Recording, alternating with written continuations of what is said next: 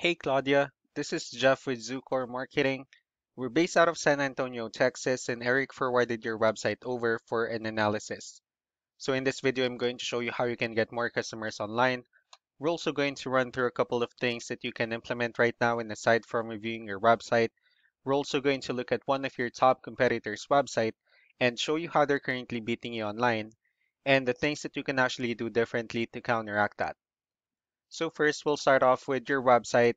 Well, you actually have a pretty good looking website. You have your logo at the top. You have your call to action. You also have good photos, nice layout, good amount of contents, the services you offer. So there's actually just a few things we're going to get over with first to make sure we get you on top of the search list. One thing I can tell right off the bat is that Google loves content. Google actually would like to see a minimum of 1,500 words on a homepage. And in addition to this, the more content you'll have, the more you look like an expert in Google's eyes. So of course, if you want to beat out the competition, you'd want to have 1,500 words or more. So let's go ahead and do a quick count just first to see how many words you have on your homepage. So currently you have 651 words, which is a pretty good number. However, we're still quite behind with the goal of 1,500, so if you add more words into your homepage, the better. Another thing we like to talk about are keywords. Google is also looking for keywords. It's looking for what the site should be found for. If you have the exact words listed multiple times in your website, you're going to be really relevant for that search. And of course, Google is going to be willing to put you higher in the results. So I did a quick search and used the keyword roofing in Virginia Beach, Virginia, and we'll talk more about the results that we have here. Let's go ahead and start off with the first one. This is what we call the sponsored or the paid ones, wherein people are actually paying ads for their website to show up here.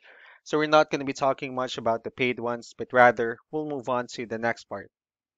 So this right here are what we call the map pack. And of course, this is something wherein you really would like to be on since these are the ones that gets a lot of attention, a lot of traffic, and they're easier to find.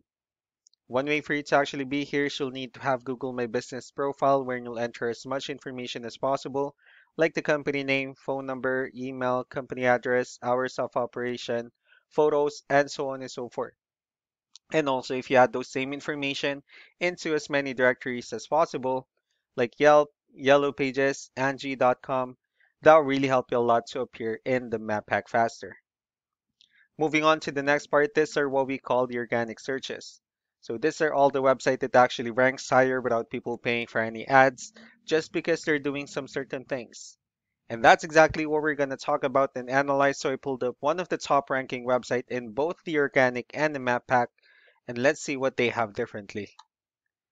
So for their website, they also have their logo at the top, their call to action. They also have, good amount of contents, the services they offer, and pretty good layout as well. Let's see how many words they have on their homepage. So for their website, they have 968 words, which is a better number. So if you add more words into your homepage, the higher chances of your website in being considered by Google as a much more trustworthy website. Let's go ahead and move on to the numbers. So we have here Ahrefs, one of the paid tools that we're using for us to have some more information on the back end of your website. We'll be talking more about the numbers starting off with DR. This is the level of trust that Google has in your website, and UR is the strength of your website. Backlinks, on the other hand, these are other websites that refers to your website, so they're like shoutouts from different directories like Yellow Pages, Yelp, and the like. One important thing that I need to discuss about backlinks and referring domains is that this actually needs to be a 2-to-1 ratio. So these 7 referring domains that you have, these are what we call the good or strong backlinks out of the 38 backlinks that you have. And of course, the rest of the missing backlinks, those are what we consider the spammy backlinks. Let's go ahead and take a look at your competitors' numbers. Starting off with DR and UR, well, it actually shows that you have a much more trustworthy website, although they have a stronger website. That's also because they have more backlinks. They also have more keywords, which gave them more traffic.